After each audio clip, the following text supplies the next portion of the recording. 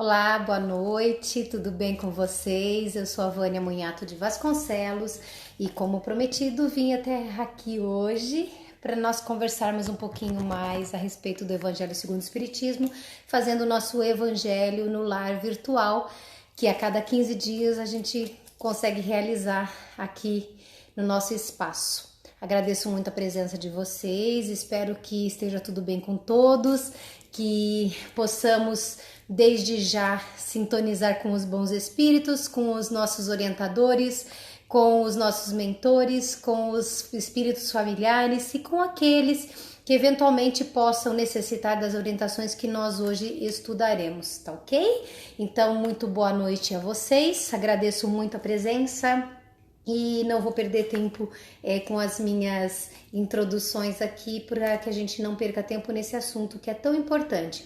E eu escolhi o tema O Suicídio e a Loucura, que estão no capítulo 5 de O Evangelho segundo o Espiritismo, Bem-aventurados os aflitos, porque o tema é atual e porque tem pessoas pedindo para a gente falar sobre o assunto, né? Antes da leitura e antes dos esclarecimentos que eu procurarei dar na ótica espírita, eu peço que aqueles que de uma certa forma, se eventualmente tiver alguém aí que tem algum caso de suicídio na família, que não se desespere, que não se torne entristecido, nem se preocupe além do que já sente, do que já pensa normalmente, porque na verdade ninguém se perde, sabe, gente? Ninguém se perde, todo mundo vai trilhar a estrada que quer trilhar, algumas são mais longas, outras são mais curtas, algumas são um pouco mais dolorosas, outras são mais felizes ou menos infelizes, mas tudo isso vai fazer com que todos cheguemos a um denominador comum, que é a nossa evolução e a nossa felicidade. Mas é que Deus permite, não é? Deus permite que nós tomemos decisões, que nós nos deu o livre-arbítrio para que nós tomemos decisões, e essas decisões a gente arca com as consequências, simples assim, cada um cuida de si. E a gente ama e se preocupa, às vezes chora junto, trabalha junto pelo bem uns dos outros, o que é muito importante, mas a gente não pode, de modo algum, entender os nossos entes queridos que partiram por esses meios, né, que nós entendemos como inadequados, vamos dizer assim, como perdidos, de modo algum, tá? Às vezes até eles vêm carregando um peso muito grande na existência, que não conseguem trabalhar, e aí o impacto da escolha é tão grande que aí eles mudam e aí caminham rapidamente. Porque o grande segredo da gente sentir dor, não precisamos sentir dor, mas a gente escolhe o caminho da dor, e às vezes a dor chega num ponto que a gente acaba dizendo, puxa, realmente eu não quero mais, eu não quero mais. E aí a gente dá uma... Como é que é? Como se fosse um foguete, né? A gente sobe correndo para onde a gente já devia ter focado antes, tá bem? Não tô conseguindo ler, gente. Vocês sabem que eu não enxergo. A tela do celular é pequenininha e eu não enxergo os comentários. Depois eu olho, tá bem? E antes de nós começarmos a nossa leitura, então, vamos fazer a nossa prece de abertura, porque no Evangelho no Lar, como eu sempre explico, é um momento em que nós estamos recebendo visitas do mundo espiritual, além das nossas visitas eventualmente no campo material dos nossos lares, né, das nossas casas. E quando a gente recebe, a gente pede a presença de quem os pode e nos pode proteger, inspirar, proteger materialmente no nosso ambiente físico na medida do possível, proteger espiritualmente também. Então nós nesse momento procuramos nos sintonizar com o nosso Pai Maior, com o Cristo que afirmou, e nós confiamos muito nisso, de que estaria entre aqueles que se reunissem em seu nome, e nós estamos reunidos em nome do Cristo, com a presença dos nossos mentores, que aproveitam esses momentos de permissão íntima que nós damos para que eles possam nos tocar, nos envolver, nos inspirar, até mesmo a presença dos nossos espíritos familiares, esses amigos da espiritualidade, que muitas vezes já fizeram parte dessa própria encarnação que nós estamos vivendo e que partiram antes e que chegam aqui interessados no nosso bem-estar, na vitória das nossas lutas cotidianas, sempre respeitando a vontade de Deus e respeitando as orientações dos nossos mentores, enfim, envolvidos com a presença desses amigos, pedindo proteção ao ambiente físico e astral da nossa residência, da nossa família, do nosso lar. Nós dizemos, Senhor, muito gratos que nós somos pela encarnação, essa vaga na escola que nós recebemos por oportunidade de crescimento e que muitas vezes a gente desdenha, muitas vezes a gente reclama, muitas vezes a gente diz eu não queria estar aqui, mas nós estamos e venceremos com a tua força, o teu carinho, as inspirações benditas que o Senhor nos dá para que a gente consiga concluir mais essa etapa da nossa evolução através do estudo e da prática da evolução. Muito obrigado então, Senhor, peço que inspire-nos a cada um, eu na leitura e nas explicações, aos meus amigos que estão acompanhando, para que possamos compreender as orientações dessa noite. Muito obrigada mais uma vez, que assim seja, graças a Deus e graças a Jesus. Hoje tem bastante gente aí, que bom, gente. Fico feliz quando vocês estão aqui comigo. Vamos ler? Então vamos lá. Suicídio e loucura, como eu disse, está no capítulo Bem-aventurados os aflitos. É um capítulo importantíssimo para nós entendermos por que a gente passa por tanta coisa nessa bendita dessa terra, planeta de expiações, em que a gente ainda tem que viver. E ele tem vários itens importantes que falam sobre causas passadas, causas atuais das aflições, fala sobre a justiça das aflições, fala sobre o suicídio e a loucura que nós estaremos tratando em seguida, o esquecimento do passado, motivos para a resignação que nós temos que ter, tem orientação dos espíritos sobre bem e mal sofrer, enfim, tem vários itens, felicidade não é desse mundo, perda de pessoas amadas e morte prematura, se fosse um homem de bem teria morrido, e aí vai, tá?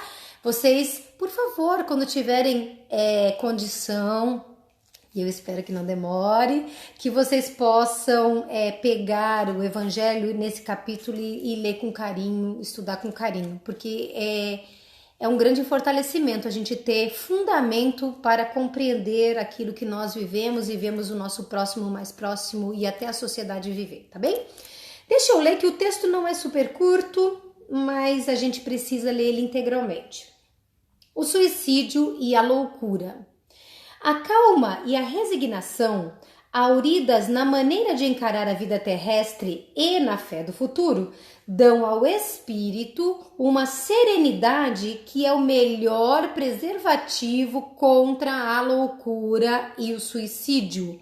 Obviamente ele não está falando da loucura física, que é um problema da nossa genética, mas sim de um problema causado pelas nossas condições mentais que nascem do espírito, tá? Com efeito, é certo que a maioria dos casos de loucura são devidos à comoção produzida pelas vicissitudes, ou seja, pelas dificuldades e sofrimentos que o homem não tem força de suportar. Se, pois, pela maneira que o Espiritismo o faz encarar as coisas deste mundo, ele recebe com indiferença, com alegria mesmo, as coisas deste mundo, ou melhor, os reveses e as decepções que o desesperariam em outras circunstâncias, é evidente que essa força o coloca acima dos acontecimentos, preserva sua razão dos abalos que sem ela sacudiriam-no. Ou seja, aquele que tem um conteúdo que, por exemplo, o Espiritismo nos passa, nos dá, consegue assistir como se tivesse de lado aquilo que está sendo vicissitude, dificuldade, sofrimento, e consegue não sofrer como se fosse o único destino da sua vida, e ele consegue passar por aquilo. Porque quando a gente se percebe forte, para passar por alguma situação, a gente não se entrega. Ocorre o mesmo com o suicídio, excluídos aqueles que se efetuam no estado de embriaguez e de loucura, e que podemos chamar de inconscientes. É certo que, quaisquer que sejam os motivos particulares, têm sempre por causa um descontentamento. Olhem a palavra que ele usa. Ora, aquele que está certo de não ser infeliz senão por um dia, um dia. E de serem melhores os dias seguintes, tem facilmente paciência. Ai, hoje tá tão difícil, eu tô tão infeliz, mas eu sei que amanhã será um outro dia, as coisas serão todas diferentes. Ninguém vai morrer por causa deste dia, certo? Então vejamos o que ele diz aqui. Tem facilmente paciência. Ele só se desespera se não vê fim, se não vê termo para os seus sofrimentos. Aí eu vou sofrer hoje, mas eu vou sofrer amanhã, depois de amanhã, já estou sofrendo desde ontem, desde anteontem. É claro que as pessoas se desesperam pensando assim. Que é, pois, a vida humana em relação à eternidade, se não bem menos do que um dia? Mas para aquele que não crê na eternidade, que crê que tudo nele acaba com a vida, se está oprimido pelo desgosto e pelo infortúnio, não vê fim, não vê termo senão na morte. Não esperando nada, acha muito natural, muito lógico mesmo abreviar as suas misérias pelo suicídio. A incredulidade, a simples dúvida a respeito do futuro, as ideias materialistas, numa palavra, são os maiores excitantes do suicídio. Elas dão covardia moral. Quando se vê em homens de ciência se apoiarem sobre a autoridade do seu saber para procurarem provar aos seus ouvintes ou aos seus leitores que eles nada têm a esperar depois da morte, não os conduzem a essa consequência de que, se são infelizes, nada tem melhor a fazer do que se matar? Olha a responsabilidade. Que lhes poderiam dizer para disso desviá-los? Que compensação poderiam oferecer? Que esperança poderiam dar? Nenhuma coisa senão o nada. De onde é preciso concluir que, se o nada é o único remédio heróico, a única perspectiva, mais vale nele cair imediatamente que mais tarde, e assim sofrer por menos tempo. Vocês percebem a lógica do suicídio? Eu não vejo futuro. Se eu não tenho futuro, para que eu vou ficar passando por isso que eu passo agora, esse sofrimento, essa angústia, essa dor, essa saudade, essa agonia, sendo que não tem futuro? Então eu vou embora, não quero ficar aqui. A propagação das ideias materialistas é, pois, o veneno que inocula em grande número de pessoas o pensamento do suicídio, e aqueles que se fazem seus apóstolos assumem sobre si uma terrível responsabilidade. Com o Espiritismo não sendo mais permitida a dúvida, o aspecto da vida muda. O crente, aquele que crê, sabe que a vida se prolonga indefinidamente após o túmulo, mas em outras condições. Daí a paciência e a resignação que o afastam naturalmente do pensamento do suicídio. Daí, numa palavra, a coragem moral. O Espiritismo tem ainda, sob esse aspecto, um outro resultado também positivo e talvez mais determinante. Ele nos mostra os próprios suicidas vindo revelar sua posição infeliz e provar que ninguém viola impunemente as leis de Deus, que são leis naturais, que proíbe ao homem abreviar sua vida. Esse termo proíbe aqui, gente, entendam que é proíbe porque nós não podemos fazer o que Deus faz por nós, mas na verdade a gente tem livre-arbítrio, certo? Mas semeou, tem que colher.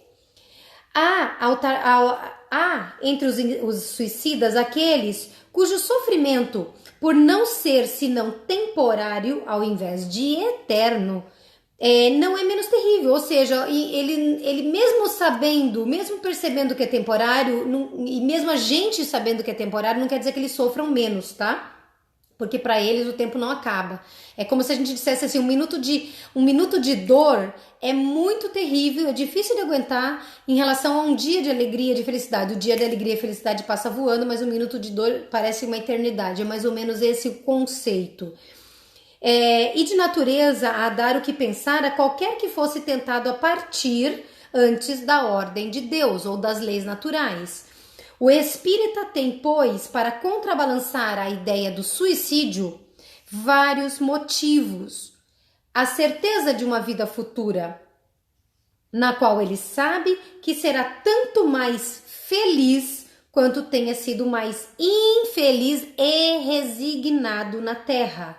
Não que a gente tenha que buscar a infelicidade, mas se a gente tem que viver essa experiência por causa das nossas expiações e por causa das nossas provas, é óbvio que quanto mais resignadamente a gente viver, menos a gente causa mal para nós mesmos, inclusive futuramente. A certeza de que abreviando sua vida alcança um resultado justamente contrário ao que esperava, que se livra de um mal para chegar a um pior, mais longo e mais terrível, que se engana se crê em se matando ir mais depressa para o céu, que o suicídio é um obstáculo para que ele se reúna no outro mundo aos objetos das suas afeições que esperava ali reencontrar. De onde a consequência de que o suicídio, não lhe dando senão decepções, está contra os seus próprios interesses. Igualmente, o número de suicídios impedidos pelo espiritismo é considerável e pode-se disso concluir que quando todo mundo for espírita, gente, espírita no sentido não só da doutrina dos espíritos, mas do entendimento das consequências das leis materiais, lei de causa e efeito, lei de livre-arbítrio, reencarnação, que a gente não escapa, tá bem? Entre outras, é claro. Que quando todo mundo for espírita, não haverá mais suicídios conscientes, voluntários.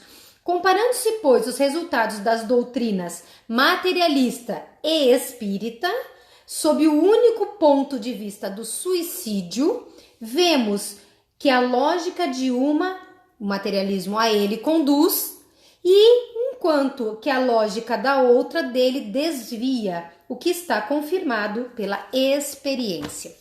Bom, vejamos alguns aspectos disso que eu já fui até comentando para não deixar passar batido aí algumas coisas que eu gostaria de dizer que eu já fui falando. Nós temos que considerar o seguinte, a obra O Céu e o Inferno de Allan Kardec, se vocês já pegarem em mãos, você já tem a ideia do que ela é dividida em duas partes, uma parte de estudos e uma parte de fatos que foram, relatos dos espíritos em diversas condições que vão contando como é a vida deles do outro lado. Aliás, esse livro não fala em momento algum de colônia espiritual e é por isso que tem gente que não acredita em colônia, como André Luiz e Chico Xavier e outros espíritos e médios falaram. E eu entendo que não tem por que a gente ficar voando, né? O pensamento cria tudo, a gente é capaz de criar coisas no mundo material e não tem por que a gente não ter um lugar para ficar lá. Mas Kardec não se preocupou com isso, os espíritos não se preocuparam com isso, eles se preocuparam em relatar sentimentos e sensações, tá ok? Com relação ao suicídio, nunca eu esqueço do relato da mãe que se suicida após o falecimento do seu filho. Vocês já leram esse relato? Eu já até comentei em algum evangelho e várias palestras eu comento isso daí. O que acontece com essa mãe? Ela está no velório do filho, ela vai ao lado do caixão e ela, entristecida, como qualquer mãe ficaria, como qualquer mãe sabe, que já passou por isso, sabe, e só de pensar, eu que sou mãe também, a gente sente um aperto gigantesco no coração. Ela chegou e disse para o filho no caixão: vai, meu filho, que eu não tardo a seguir-te, tá ok? Daí ela sumiu do velório e foi encontrada Quando foram procurar para levar o caixão para o enterro, ela foi encontrada enforcada lá num cômodo da casa dela. Triste, não é? Muito triste. Qual que era o objetivo desta mãe? Encontrar o filho. Aí nós falamos assim, muita gente pensa que o suicida ficará no seu corpo sentindo a decomposição do seu organismo físico, que ele abandonou a força, mas que o abandono físico foi pela quebra de laço abrupta e não pelo desligamento total, porque o desligamento total do suicida ao seu corpo acontece quando mais ou menos é a época de desencarnação normal, natural, tá ok? Aí todo mundo pensa que todo suicida terá essa experiência de ver a decomposição do seu corpo. Depende. Cito o caso dessa mãe, por quê? Qual que é a maior punição natural como consequência de um ato de rebeldia de alguém que acha que ama mais o seu filho carnal, porque o espírito não foi ela que criou, em relação a Deus, que é, primeiro, criador de todas as coisas, abre aspas, pai, porque o espírito que somos nós, somos obra deste criador, e que é bom, é justo, faz todas as coisas para o nosso desenvolvimento, do nosso bem. Então, ela tinha pouca fé em Deus e achava que amava mais o seu filho do que o próprio Criador, certo? Qual que é a maior punição que ela poderia encontrar? Saber que conseguiu a desencarnação. Não precisou ficar no corpo. E o que aconteceu? Ela precisava procurar incansavelmente o seu filho. E logo depois, nesse mesmo relato sobre o suicídio da mãe, o filho vem e se manifesta dizendo que era uma pena a decisão dela, porque se ela tivesse desencarnado naturalmente, eles em breve se reencontrariam, mas que agora ele não poderia aparecer para ela. Então, mesmo que ele ficasse perto dela, ela não o veria, porque ela não poderia ser premiada pela sua rebeldia, pela sua falta de fé, pela sua inconsequência em relação ao que ela escolheu, tá? E a gente sabe que tem muitas pessoas que perdem pessoas que amam e conseguem viver com a saudade, conseguem viver com o amor, tem seus momentos de tristeza, mas elas conseguem viver bem. Gente, hoje eu até assisti uma peça do Renato Pietro, que é A Morte é uma Piada 2, e é muito interessante essa peça porque ele começa, uma das coisas que iniciam na peça antes do teatro em si, é uma carta psicografada da mãe dele. E é muito bonito porque ele trata a mãe dele como o que ela é, um ser vivo que está sempre acompanhando a vida dele, as atividades dele. E é assim que a gente tem que ser. Com relação ao suicídio, claro, aqui a gente conhece pessoas que se matam. Aqui na minha cidade, eu não lembro os números exatos, aliás, sou péssima em detalhes, eu gosto de conceitos genéricos, generalizados, né? Mas nos últimos 5 anos teve um X de suicídios na minha cidade, tá? Cerca de 20 suicídios em 5 anos. Neste primeiro semestre do ano de 2018, o mesmo número de suicídios já aconteceu. Por quê? Vocês não se perguntam por quê? Por que pessoas como eu e vocês, que são pessoas que têm fé em Deus, que acreditam em Deus, por que nós pensamos em morrer? Por que a gente não consegue entender que isso aqui é isso perante a eternidade? Por que a gente fala que acredita em Deus, mas não consegue entender que os espíritos continuam vivos porque Deus não é cruel, Deus não é mau? Por que a gente diz que acredita em Deus, diz que é espírita, diz que acredita em reencarnação, mas sofre a ponto de não conseguir levantar na cama e mergulhar nessa mesma loucura que o espiritismo está esclarecendo nesse item que nós estamos falando? Lembrando que Jesus falou: bem-aventurados os aflitos, ou seja, aqueles que passam pela dor e sofrimento, que são educativos, que aprendem a partir de tudo aquilo que a vida tem para ensinar e que, sobretudo, se resignam. E resignação não é aceitação cega e sem luta de momentos de busca em momentos melhores.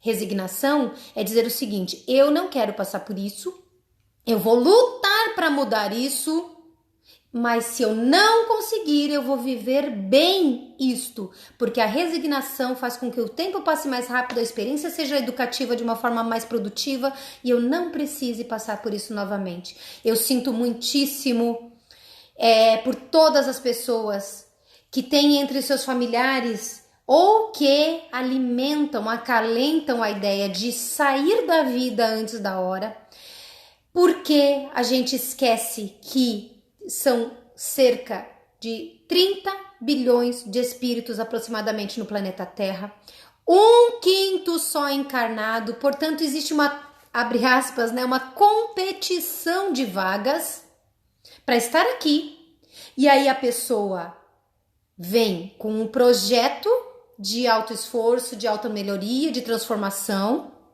vem com um projeto de parceria com os seus pais, com seus irmãos, com seus parceiros de jornada, com seus futuros companheiros e companheiras, com os seus futuros filhos, cujas as relações muitas vezes já estão alinhavadas antes de encarnar. Vem com um projeto de criação através do trabalho, de melhorias sociais, de trabalho construtivo para mudar esse mundo que está precisando tanto de nós, do nosso esforço, da nossa fé, do nosso amor. E com tudo isso a pessoa chega e diz assim: não, eu vou lá, gente, eu vou, eu vaguei minha, eu quero. Vem e nasce. E aí chega aqui, esquece que estamos no mundo material, mas somos espíritos. Não somos corpo, não somos matéria, e resolve abandonar tudo, deixando para lá todas as suas relações, deixando para lá todos os seus projetos, tomando a vaga de alguém que faria muitas vezes melhor, que teria e já estaria talvez até mais preparado, e deixando que a sua própria dor e seu próprio sofrimento, que eu não duvido que sejam grandes, sejam maiores do que o sofrimento de todos aqueles que amam e que ficaram para trás. Que ficaram para trás, muitas vezes sem respostas. Nós temos filhos, nós temos adolescentes, temos jovens, o número de suicídios aumentou no mundo inteiro.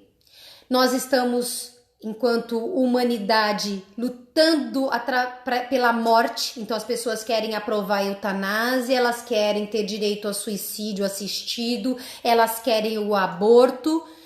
E eu não consigo, gente, compreender. Eu não consigo, eu posso respeitar, mas eu não consigo compreender como a morte seja a saída. Porque se eu quero subir no pódio depois de eu fazer uma grande competição, sabe? Eu tenho que treinar muito, suar muito, controlar o que eu como eu faço, o quanto eu durmo, o que eu tenho que me esforçar para poder merecer aquele lugar. E o meu pódio, o seu pódio, tá do outro lado da vida, não tá aqui. Mas tem que se esforçar, e eu não consigo compreender como é que a resposta é desistir de tudo. Eu não consigo compreender, e eu falo de coração aberto para vocês. É difícil compreender. A gente respeita a dor, respeita a tristeza, respeita a agonia, mas a grande verdade é que os nossos irmãos suicidas e potencialmente suicidas são pessoas que precisam profundamente do nosso amor, das nossas preces, do nosso carinho. Nunca duvidem de alguém que diz para vocês que vai se matar. Nunca ousem dizer para essa pessoa: vai lá e se mata mesmo, para de falar, você fala demais, você faz tempo você fala e nunca faz, para de papo. Não é isso. A gente tem que considerar seriamente que as pessoas, quando dizem que vão se matar, elas estão pedindo socorro. E a gente precisa estender a mão.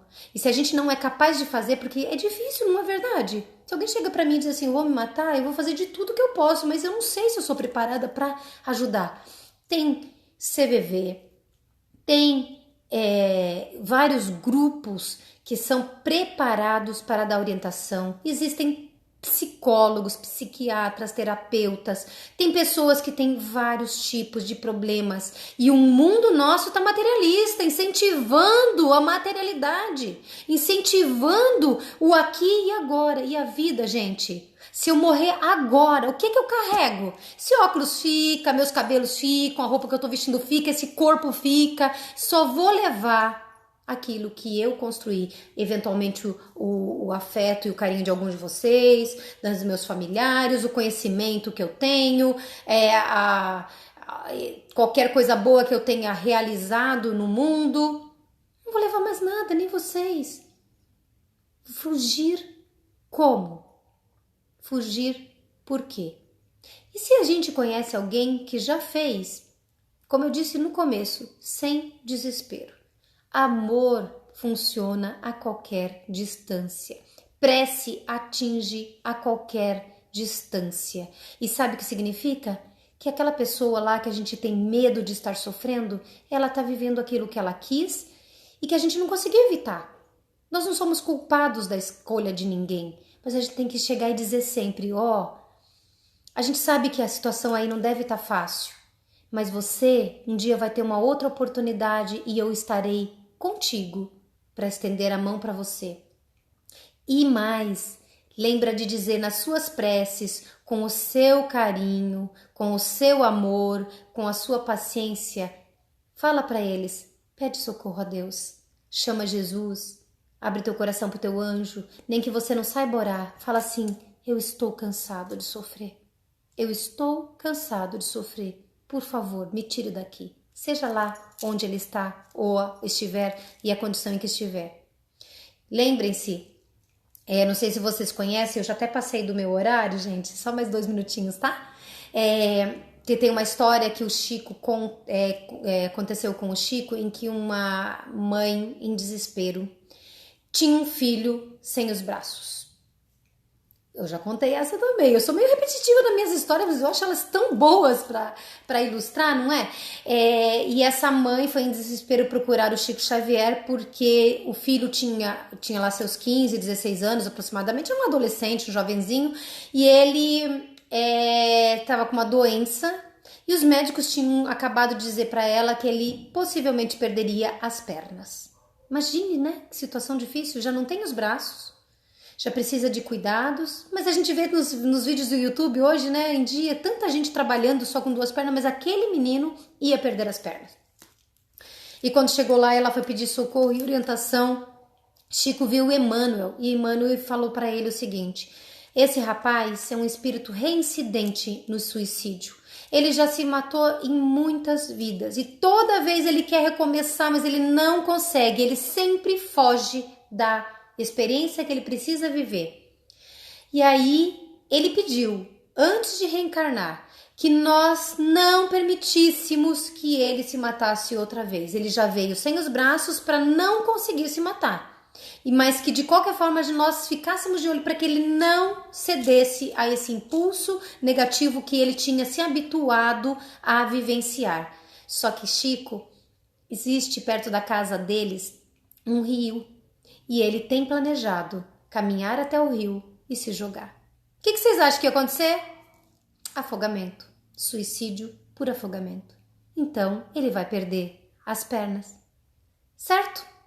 A espiritualidade faz de tudo para nos ajudar, para nos orientar. A gente não tem que ser indiferente, nem fazer críticas, nem chamar de egoísta uma pessoa que comete um ato desses. Nós temos que ser amorosos, carinhosos, vibrar, orar, pedir a Deus por eles, manifestar os nossos sentimentos por eles, mas conscientes de que cada um recebe aquilo que construiu para a própria vida. E o sofrimento do suicida, a gente não pode dizer que é muito pequeno não, tá? Porque imagine olhar para a própria vida e dizer, eu larguei tudo lá atrás, eu me acovardei, eu não dei conta, que o Evangelho fala, né, de covardia moral, eu não dei conta e agora eu não resolvi o que eu tinha para resolver, eu sinto o desespero daqueles que eu deixei para trás, eu olho a estrada que eu podia ter trilhado e eu não consigo, e eu sofro ainda mais. Então a gente tem que ser extremamente solidário e amoroso com todos os nossos irmãos suicidas, que a gente tenha sempre muita misericórdia e muito amor por cada um deles, tá bem? Eu sei que o tema não é fácil não, tá, gente? Também conheço pessoas suicidas, mas a gente precisa que o conhecimento nos torne firmes e fortes, para que a gente nunca ceda à tentação e para que nós estejamos sempre de olhos arregalados na direção daqueles que sinalizam precisar de socorro. Que Deus abençoe, que Jesus proteja, que os nossos mentores e amigos espirituais amparem a cada um de nós para que nós sejamos capazes de cumprir o nosso papel na encarnação. Lembrando que a vida espiritual é imortal, ou seja, não tem fim. E este momento, esta encarnação, ela passa muito rápido. Vamos aguentar firme, vamos ajudar que todos os que estão próximos, na medida do possível, aguentem firme. E vamos continuar gratos a Deus pela oportunidade de passar por essa escola. Vamos então agora também, gratos que somos, mais uma vez pela oportunidade bendita da encarnação, dizer obrigado, Senhor. Obrigado pela vida, obrigado pela oportunidade, obrigado por estarmos aqui. E não vamos pedir só por nós, só neste momento, pedindo pelo nosso encorajamento, pela nossa força, pelas nossas vitórias dentro das tentações e dos problemas, mas sobretudo pensamos hoje especificamente por todos que pensam na morte como uma saída, para que haja despertamento, para que haja consciência, para que haja um momento de reflexão onde o seu mentor pegue este seu pupilo espiritual e diga para ele: não foge, porque ninguém foge de si mesmo. A gente sempre encontra aquilo que a gente veio buscar, porque precisa encontrar. Então, que os nossos irmãos suicidas, os que já partiram, recebam o nosso carinho, o nosso afeto, que possam receber a nossa misericórdia, a nossa até piedade dos seus sofrimentos, e escutem as preces que fazemos por eles, para que eles não esqueçam de pedir: Senhor, socorre-me, que eles possam gritar socorro e o Pai atenderá. Mas sobretudo para todos aqueles que ainda estão aqui, que podem escapar dessa mazela, dessa dificuldade, que eles possam encontrar alguém apto a tocar o seu coração e dizer: eu não vou soltar a tua mão, você não está sozinho. Que todos os nossos amigos da espiritualidade, suicidas, e os que estão aqui conosco, potencialmente suicidas, possam entender que a vida é uma bênção. Que Jesus ampare a todos vocês, que nós possamos ficar mais fortalecidos, que possamos estar mais conscientes e que nós saibamos que o nosso coração físico pode ser pequeno, mas o coração espiritual que a gente tem, que não é físico, né? É uma questão de energia, ele pode atingir o mundo inteiro se a gente se unir a Deus. Que Deus abençoe, Jesus proteja, muita luz, muita paz, uma excelente semana e que Deus ampare cada um de vocês. Depois eu venho comentar responder os comentários que forem necessários, tá bem? Jesus abençoe, gente. Tchau. Boa semana.